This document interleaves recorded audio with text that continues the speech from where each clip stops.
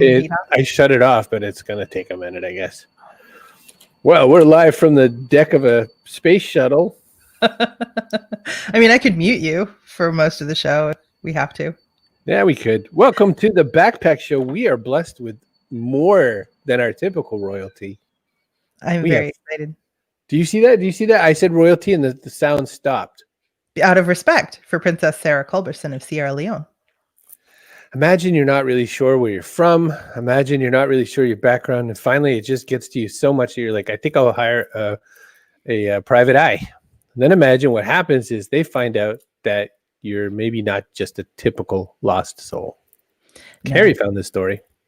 We'll talk with Princess Sarah Culberson, who discovered that her biological father is a Paramount Chief from a ruling family in Sierra Leone. And so she is, in fact, a princess. And we'll talk about how that's not just like, here's your Barbie dream house and the keys to your, Barbie dream car. It's so different, I think, than most of us fantasize about as children. She's doing really important work. So we're going to talk all about that. And of course, how it all came about. She's just a fascinating person. She's also an author, actress, dancer, which is fun, right? Because that's like royals are supposed to be schooled in all those kind of arts. And she's very accomplished. She was doing it already. Who knew? The way a princess is supposed to be. So yeah, I'm pretty excited about that. So you haven't met a princess until today, but now you can say you have met a princess. But everyone coming today can. Hi, Jason. Wow. Hi, hey, Valentina. Jason. Your biological father is here. My biological father was not a king of Sierra Leone, but he's the king of my heart. Eric Tong is here. Hey, Eric. Everyone. So thanks for everybody who came yesterday for my birthday celebration. Yeah, that was awesome. Hi, everyone. Tim Kitzer from NBA Jam and NFL Blitz, welcoming you to The Backpack Show. Your hosts, Chris Brogan, Carrie Gargone, Boom Shakalaka. Backpack Show. It's harder and harder to find ways to cut you off. And it's like you're getting polite or something. Like I'm getting worried about you. You're getting soft. I'm getting soft. But yeah, so I'm going to run through our ads just so that there's only one guest today, so you don't even have to worry about that. But because who was I going to pair with Princess Sarah Culberson of Sierra Leone? I was like, who goes with that? Who goes with that? So this shirt is actually Malik Khaled, a previous guest who has Amador Yoga, and he works to make yoga more representative and inclusive. There weren't a lot of pictures of people of color and other LGBTQ positive people doing yoga. He wanted to feel like something anybody could do. And so I didn't want the princess to think I always don a hoodie like when royalty comes. But, yeah, see, I put on a cardigan and a nice button down and you wore a hoodie. I should have worn a twin set or something, but I was just excited because this just came yesterday. So. I have a tiara, you just can't see it. Okay. I would like authors. We are sponsored by PubSite. You can make a really cool website if you're an author. You throw a book together, that's fine. That's a lot of work. You better put it up on a website so you can get the attention you deserve. And you don't have to be a wizard to use this thing. It takes a couple hours to put it together. Or you can pay someone to put it together, $500. This thing is $20 a month. It's $19.99 or $5 or something, one of those 19s. But you even get a 14-day free trial. So if you're not even sure what you want to do with it, you can just try it out, kick the tires, make a site go. Princess Sarah wrote a book. Princess Sarah's book could go on this site if you want. It's called A Princess Found. Look it up. Look it up. Yeah. Be nice, people, please. All right. Listen, we're also sponsored by StreamYard. If you can find a princess of your own, you can start your own show. cbrogan.me/StreamYard. Put it all together.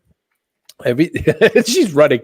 Everything can be so wonderful. You can make your own show. It'll be perfect. I didn't panic. Good plan. Good plan. I love that the princess is pranking you. Oh my gosh. You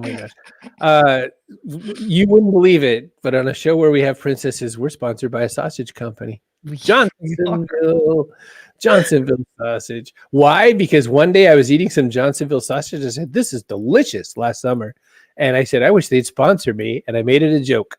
And then the joke became real. You pretended that they sponsored you for a solid 6 to 8 weeks until they finally were like, fine. Till they relented. They said, here's a bag of money. And now we're sponsored by a sausage company. So Johnsonville Sausage. If the princess herself wanted us to send sausage, all she has to do is email Carrie at chrisbrogan.com. We'll send along a link or two. The best sausage. Hello. Oh, Jason. Hey, Jason. My biological father is totally absent. Well, look at you. Maybe should hire a private eye. You could be royalty. Chris dressed up for royalty. So I like to support previous guests by wearing their stuff. So I was excited. But yes, you're gonna wear a tiara now? Maybe. You don't know. Let's grab our new best friend, Princess Sierra. Deanna says pretending someone is a sponsor is called manifesting. I think it's called harassment, and you get a cease and desist letter if they don't like what you're doing. So just so you potato. Save me, Princess Sarah. Hi. Oh my gosh. You guys are the best. Thank you for having me. So excited. I frankly didn't expect you to say yes, but so excited. So, all the humor aside, and it must be endless. You must just endlessly get people who kind of have to get the novelty out of the way. Do the titles or sort of the official ways one addresses you, is that important, or is that just sort of a, you kind of take what you take? You know what I mean? Do people must call they Your Highness, or does all that matter? It is. People do call me Princess Sarah or just Princess. It's kind of like princess. It's funny. It's interesting. But you don't have to do it. But if you'd like to, sure. Are you kidding? I do it all the time. And if I found out I was a princess, I would have Starbucks writing Princess Sarah on my cup. Oh, what a good idea. I would do it. I went to Starbucks the other day and I didn't say Princess Sarah. I should do that. You need to do it. They'll write Princess Sarah with no H or something, or Princess Kara, or Princess Mara, or something. But they'll get the princess right. I love it. Yes. So you didn't realize for many years of your life that you were a princess. Could you open up that journey for us? Yeah, I had no idea. I was adopted into an amazing family.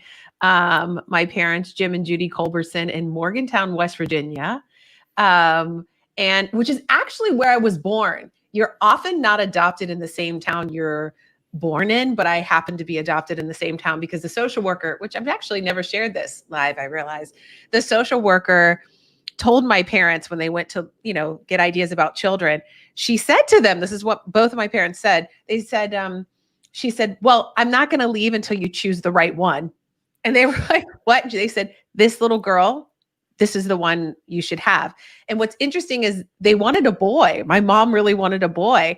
And she was like, and there were boys that were options, but they said, no, you need to take this little girl, which is really interesting.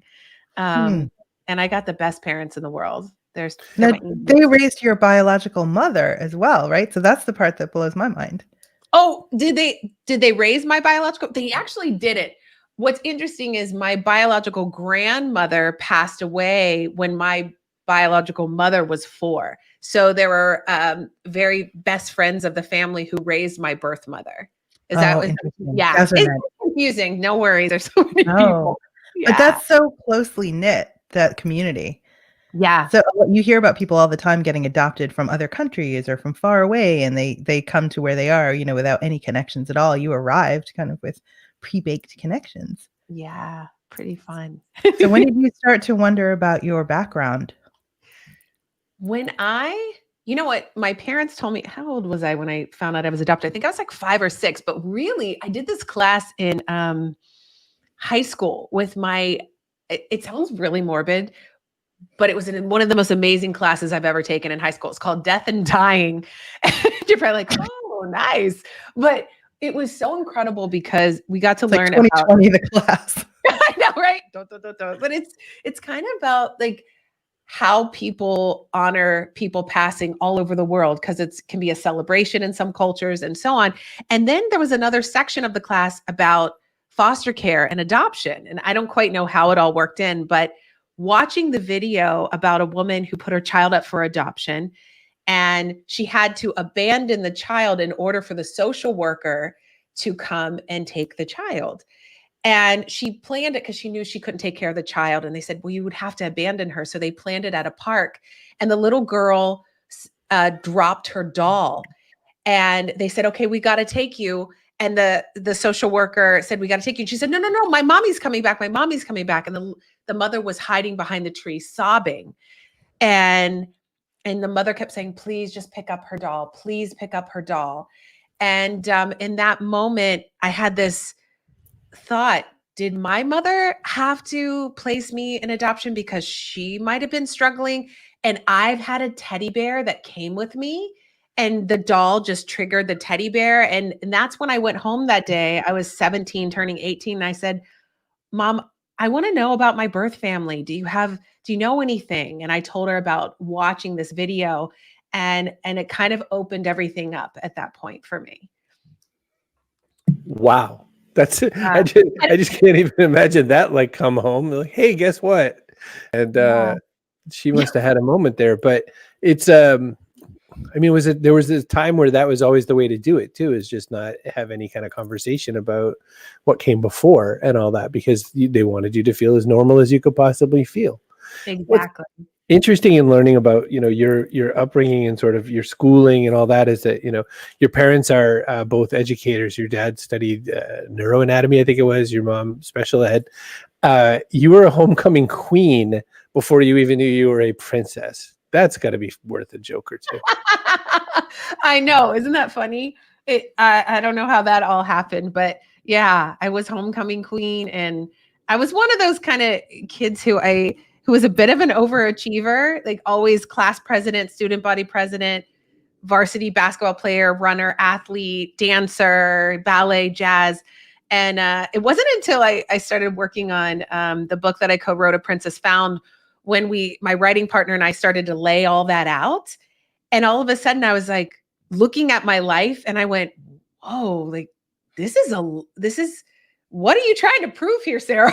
Like there were a lot of things. And I started to realize that I think one of the things that was happening to me is I was trying to fit in, not looking like everyone around me. And something that I didn't realize completely. I think it was subconscious until we started to lay out the book. And it was like, my writing partner said, she's great, Tracy Trivis, amazing. She said, Sarah, we're going to have to find some challenges in your life, because if we write all of these accomplishments, people are going to hate you.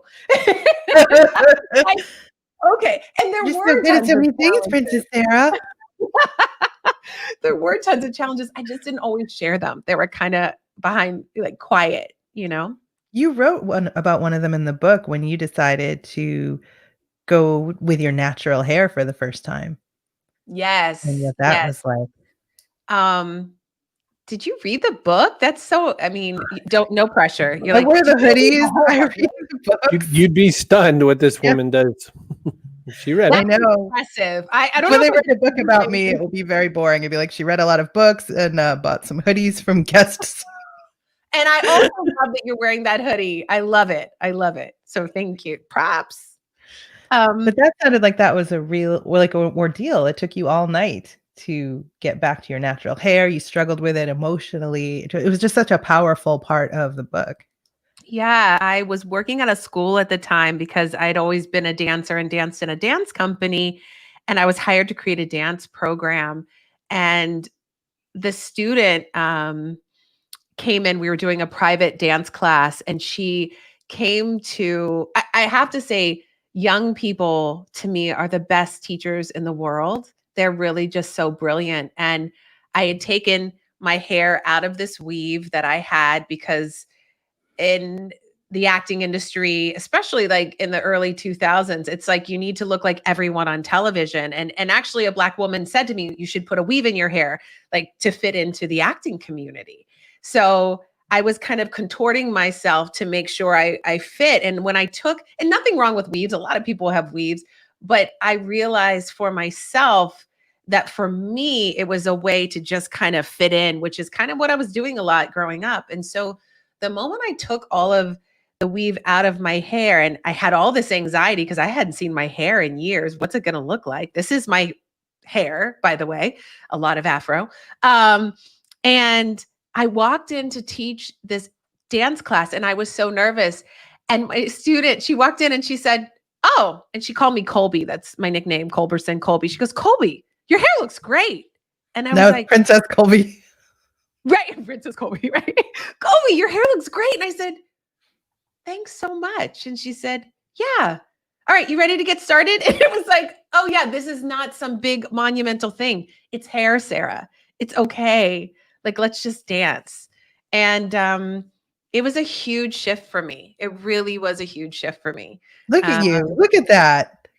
Fit in. Come on. Oh, thank goodness I have some makeup on this morning. Otherwise, it'd be like, wait, are these the same people? No. Well, there's not a lot of makeup in this picture right here. And, Still Oh, working. no. And that's my parents. It's my mom and my dad when we Oh. went to Sierra Leone and when everyone got to meet. I may be jumping ahead, but yeah, that's when I got to take them to meet my birth family, which is so special. We're all Yeah. about jumping ahead. Look at you out there in the rocks. That looks like, That was fun. yeah. Wow. Oh, So and go ahead. that little girl, Blessing, her name is actually Blessing. Mm. And I took a picture of her and she was so excited to see, her digital photo show up on the back of my camera. And just such a special, special soul, such a sweet little girl that's in Sierra Leone. Is Yeah. it Bumpe, Bumpy? How do we say it? Great question. It's Boompe. Yeah. Okay. Boompe. Yeah. And your actual title, how do you say that? 'Cause I didn't even want to take a stab at it. Like the equivalent is Boompeña. Is that what you mean? Yeah. Yeah. So my Aunt Amy, the chief's wife, when I went, so my family runs a chiefdom of a little over, it's probably closer to, I don't know how many thousands now. It was like 44,000. It's probably more like 50 or 60,000 now because over the years, the population has grown, even with Ebola and so on. But I got to know my family, and when I arrived, my Aunt Amy said, "Your name is Boompeña," and I said, "Boompeña." I said, "What does that mean?" And she said, "The Lady of Boompe." And I said, "Oh, I love that." So that's actually the name that they gave me when I arrived, which was really special, really special. Wow. Yeah. Wow. So when did you find out who your parents were and that you were a princess? So it's such a fun story, I feel like, because I was taking this class called Landmark Worldwide because my friend who worked for Microsoft had taken this class and then he decided to branch off and start his own company. He worked for Microsoft and then he's an engineer and he did this class and he was so happy. And I said, "What is this class you did?" And he said, "It's Landmark Worldwide. You should check it out." And I said, "Oh, well, maybe this will help my acting career," because I was doing acting. That's what I had studied at that time. And I went to the class and I realized it wasn't about my acting that was showing up to work on. It was really about my biological family and this anger that I didn't know I was carrying. I didn't realize that I was really, really angry at my birth father. And when I did the class, I was like, "Well, what? You came to America, you met a white woman, you had a child. Where were you?" So I had all this anger that, unbeknownst to me, I had no idea it was there. And as the class went on, I started to think about, well, what was it like to be an African man in the 70s, meeting a white woman in West Virginia, and then having a child? Why don't I give this guy a break? And the moment, and this is something that I think is so interesting, the moment I let go of that anger, this whole new world opened up. The fear came up because then it's like, "Oh, I do want to meet him, but what if he doesn't want to meet me?" All that fear came up, but the anger had gone away. And it was like, I don't know, this just came up in this moment, but it was like a yellow brick road opened. And they said, "Where are you holding back in your life? Tell the person sitting next to you." And I was sitting next to my friend Art. And I said, "Art, I'm terrified to find my birth father." And he said, "Why?" I said, "I've heard it costs thousands of dollars for a private investigator, and I don't know where to begin. And I'm really, really afraid of being rejected." And he said, "Look, Sarah, I know a private investigator who won't charge you more than $100, and your birth father is going to love you." And I said, I took a deep breath. I said, "Okay." So I called the private investigator, 3 hours, all the information I needed for $25, not thousands like I thought. No, seriously. I wrote a letter. This is when we used to write letters before Facebook, before all of this social media. Facebook was just kind of starting. I wrote a letter because they said, the private investigator said something that was so important and valuable. He said, "If you just make a phone call to a birth parent, they sometimes often hang up because it's just too much. It's a shock. It's overwhelming. And that could be devastating for you. So if you write a letter and mail it, they can sit with the letter, think about it, and then respond." So I said, "Okay." So I wrote the letter. 4 days later, I get a phone call. And there's this woman on the other line. And she says, "Hello, Sarah. This is Evelyn. How are you?" And I thought, is this that Jamaican woman I met the other day? Because I couldn't get the dialect and I wasn't expecting to hear from anyone so soon. She said, I'm your auntie. We received your letter. And I started to bawl. I said, thank you so much for calling. I didn't know if I would ever hear from you. I didn't know if I would ever see you. She said, I was there when you were born. I used to take care of you when your mother would go to the grocery store. I said, hold on. Let me get your uncle on the phone. And then my uncle gets on the phone and he says, oh, Sarah. I was like, oh, he says, we are so happy you've been found. Do you know who you are? And I'm like, I'm Sarah. He says, you are part of a royal family. Your great-grandfather was a Paramount Chief. Your grandfather, you can be chief someday. Your grandfather was knighted Justice of the Peace by the Queen of England. You are a princess in this country. And I froze. I thought, okay, what does that mean? Does that mean I have to wear dresses all the time? Does that mean I can never say a bad word? I have to be perfect, but I gotta delete a bunch of tweets. It's like, what does that mean, right? Exactly. And then all of a sudden, they said, we're going to contact your father in Sierra Leone. He's going to be so happy to hear from you.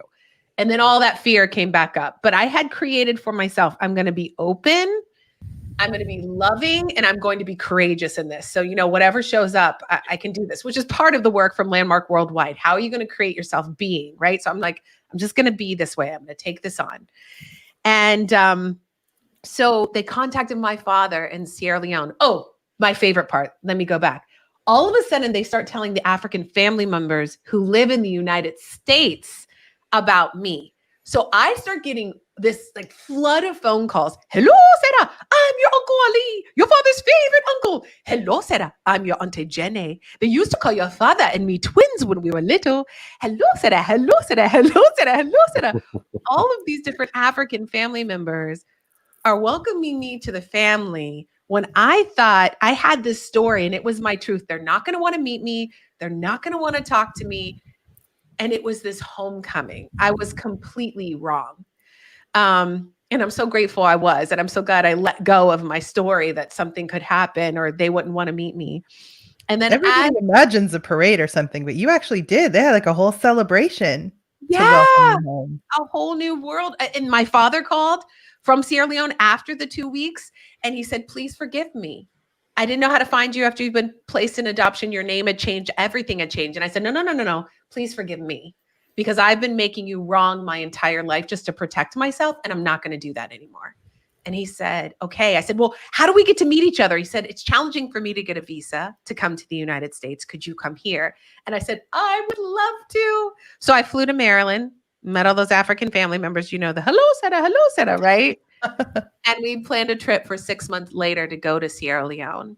And that's when there's huge celebration in the village. We rode on what I call the Indiana Jones bumpy roads to Boompay. I don't know. When I tell high school students and middle school, they're like, what's Indiana Jones? But we all get it. We know. That's the best. So we rode on these bumpy roads to Boompay. And when we got out, there was this celebration. And hundreds of people came forward. And my father had given me this green African dress. And when it was almost like choreography, as a dancer, I was like, wow, everyone parted and all the women of the village came forward wearing the same green dress that I had been given. Wow. And they were singing, pa-da-tang, tang, tang, pa-da-tang, tang, tang, pa-da-do-a-do-way, pura Sarah go to. They're singing, we're preparing for Sarah in Mende. I had never met anyone there. I was literally pinching myself. I didn't win the basketball game. I wasn't the homecoming queen. I just showed up and that was enough. And it was overwhelming and so special. So special. Yeah. So it's a long monologue. I probably should be quiet for a second. But No, I mean, as monologues go, that was a great one. So it's not like, hey, here's your fortune and you just get to go sit in your castle and that's what it's like being a princess. There's duties and obligations, and you discovered, how things were in the country and how much help really was needed. Yeah. I mean, I've told the story a million times and I still get choked up. You'd think it was yesterday. It feels like it was yesterday, to be honest, even though it's been since 2004 when I was there. So You were there in 2004, so that's like right after the end of the worst of the struggles. That went from 1991 to 2002, I think it is. And, the Sierra Leone, for a lot of people, that country means war torn. There was a massive civil war there. There was a lot of bad things that happened. The Blood Diamond Wars were part of that scenario as well. Which your dad lived through. Your dad lived through, and a lot of your relatives, ostensibly. There's a lot to be done there still. What's the sort of feet on the ground scenario when you were there in 2004? Where is it now, 17 years later? Yeah. So thank you for asking. In 2004, when I was there, Freetown, the capital, which is called Freetown because it's where the American slaves were actually returned to Freetown in Sierra Leone. And I should say, actually, the Africans were returned and made slaves, right? I'm going to say it came back in Freetown.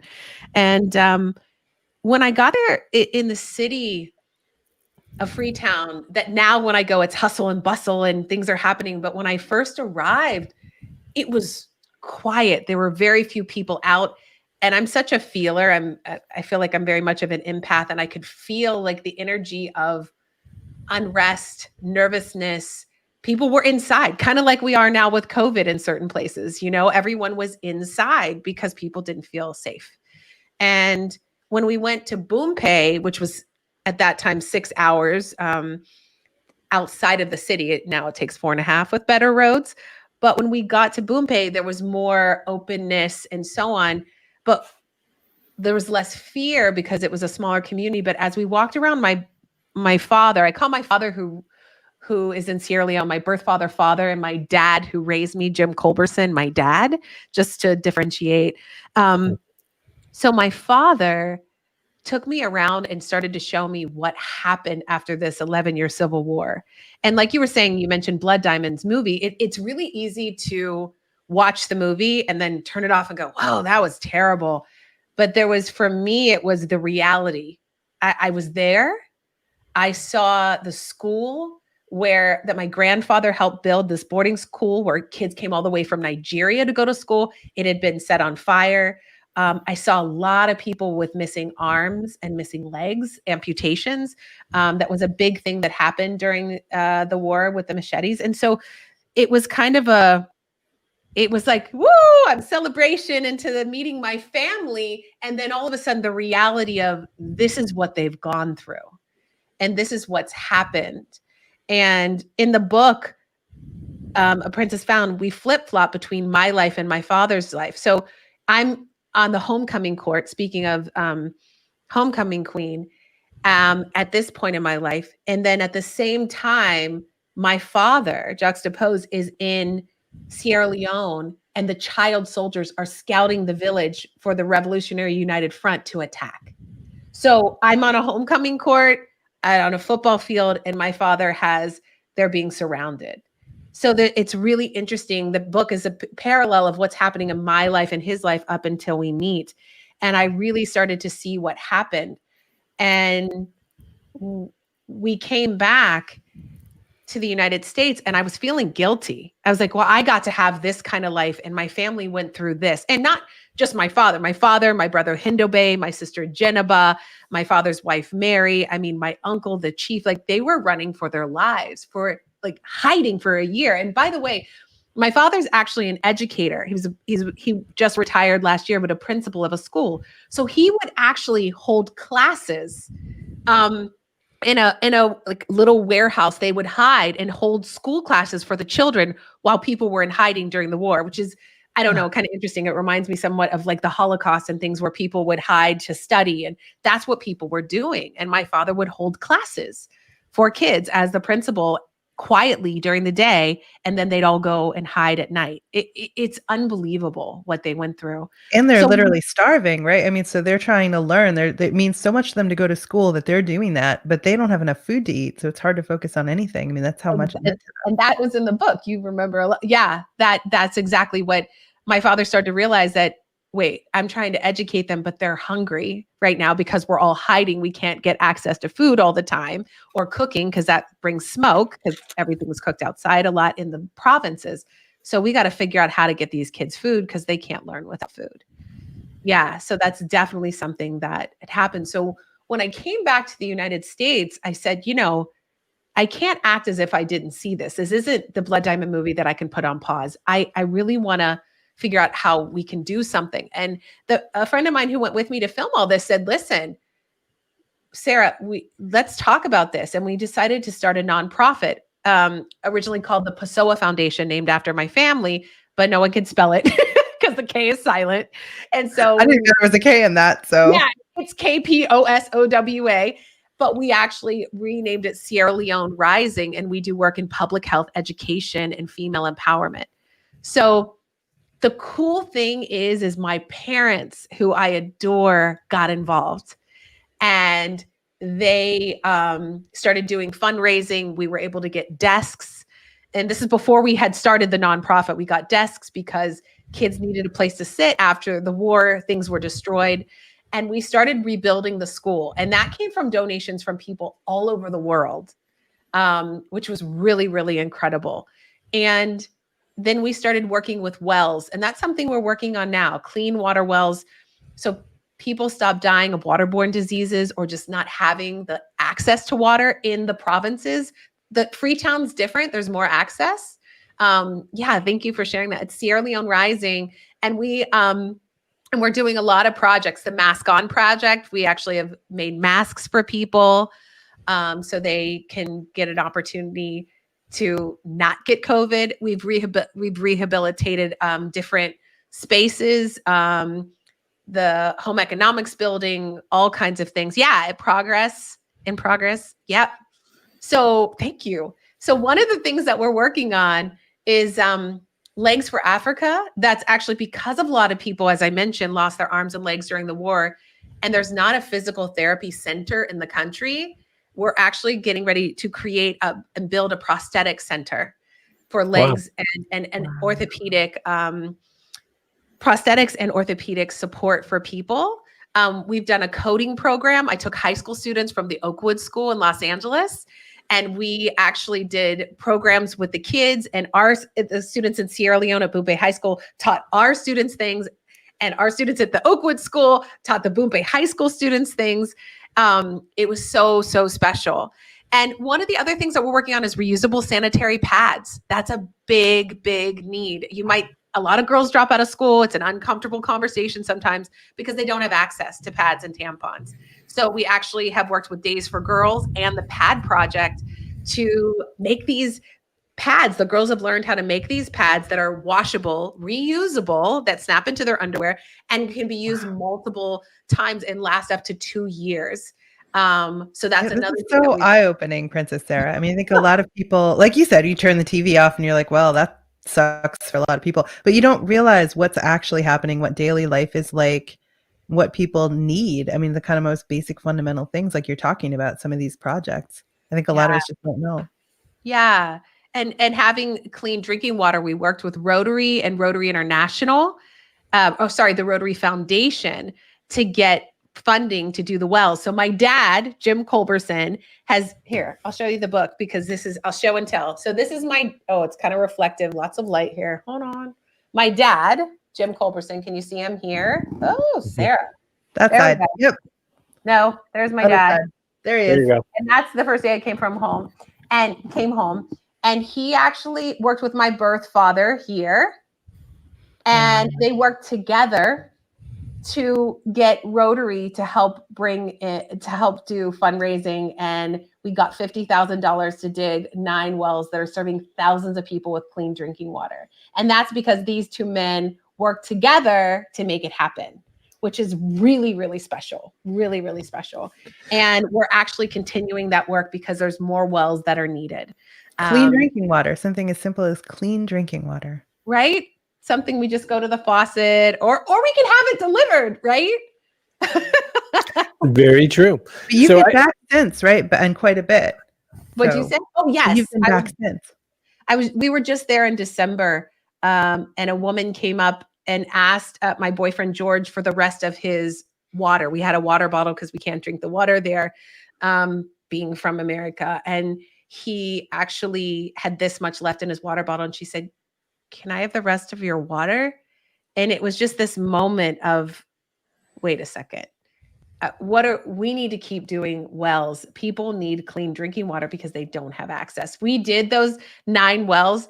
That's great. And there's so much more to do. So we're really working on the clean drinking water, the prosthetic center. We're sending kids to Ghana to learn to be trained in the prosthetic center, college students. There are 3 of them that will be going.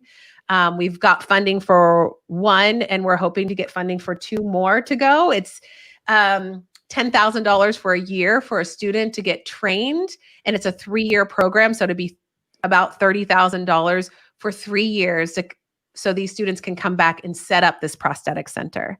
So that's what we're working on. So it's interesting. This whole concept of being a princess is not, to me, about like castles and diamonds and those kind of things. To me, it's about responsibility and what am I going to do with that? And how do I work with my family in Sierra Leone and my family in America and anybody else who'd like to support to move things forward, to support the country after a war like this and to support the children in the community. Chloe is from Scotland, is asking how they can support your projects, how people can Yay, support Chloe from Scotland. Thank you for asking. If you want to go to sierraleonerising.org, it's up here. There we go. You can donate, and you can donate to certain projects, or you could just donate in the general fund. We have projects that are solar lanterns project that kids are working on in Connecticut, Florida, and here in Los Angeles. $20 a lantern, up to $11,000 to dig a well that'll serve thousands of people with clean drinking water. So you can kind of do whatever works for you. So thank you for asking. Every bit makes a huge difference. Updates on your projects if they text this number here. Yes. So what's really fun is the book, A Princess Found, that I was telling you about. We actually are turning it into a movie. And we are working with Disney. Disney just bought the rights to turn it into a movie. And we're really excited. So it's going to be a live action movie and sharing that information, which will also make a goal is to make a big difference for our work in Sierra Leone with the exposure of this story. And separately, which has nothing to do with my story, we're also working on an animation about teaching children about cultures around the world with Confidential Creative and Randy Jackson, which you might know from American Idol and now Name That Tune. So we have a call with him later today to work on the next steps for this animation that we're working on for kids. So you're talking about all this important work, and I'm like, you mentioned your boyfriend. What's that like? Like, what's the vetting process for a princess who she dates? Like, did the whole family have to meet him, or like, do you have to pass some kind of test?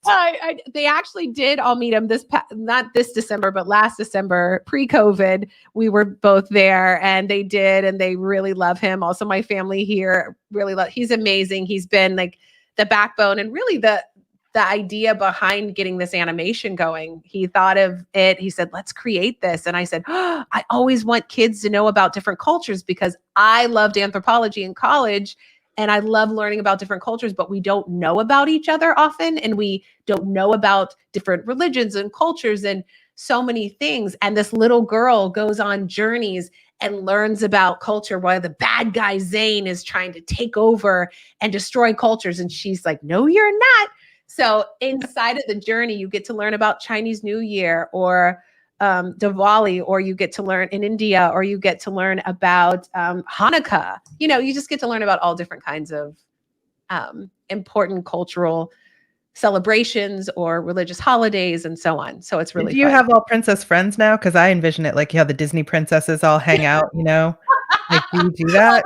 Animated characters, right? That would be so cool, actually. Some princess friends, but mainly my friends I've grown up with since West Virginia and friends here in LA. Yeah. When you told George that you were a princess, was he like, oh yeah, me, I'm a marquis? Did you not believe you? Like, I'm King George. He's like, oh, it's fun. It's fun. You know, you all have done so much research on, I've never had this in-depth conversation, and I've been interviewed for years on this story. And I just so appreciate the research you've done. It like lifts my heart. I really appreciate that so much. Oh, it's our pleasure to have you here. It's been incredibly just eye-opening, your whole story, and learning about how you've taken up the mantle and you're doing the work there. I think a lot of people would have been like, I'm a princess, cool. That will get me more roles, like in LA, and maybe abdicated that responsibility that comes with it. But you really dove right in, and just really inspiring. So thank you, and I hope everybody will support your work. Thank you. And you know what's interesting? I actually stopped acting for all this because I just couldn't try to go to an audition and then do this work. But I'm hoping to start again because it's part of my heart too. Good. Yeah, you should. But I remember when Princess Grace of Monaco had given up acting, and everybody was really sad about that, except for apparently her. I don't know. But I was like, she could have worked that in between some I stuff. know. I feel like I think Meghan Markle's going to do that. I know she's a duchess, but I'm like, you're like, oh my gosh, do you hang around with Meghan Markle? Chris is so done with me right now. I'm sorry. I haven't said anything in 20 minutes. I'm playing with the cat. But all good. No good. You all just going. But listen, I'll look at. Hey, I have the mic. I'll ask a question. In the Secret Life of the American Teenager, look how important my question is. You played Dr. Pessoa. I'm interested in that because that means that you named it after your father.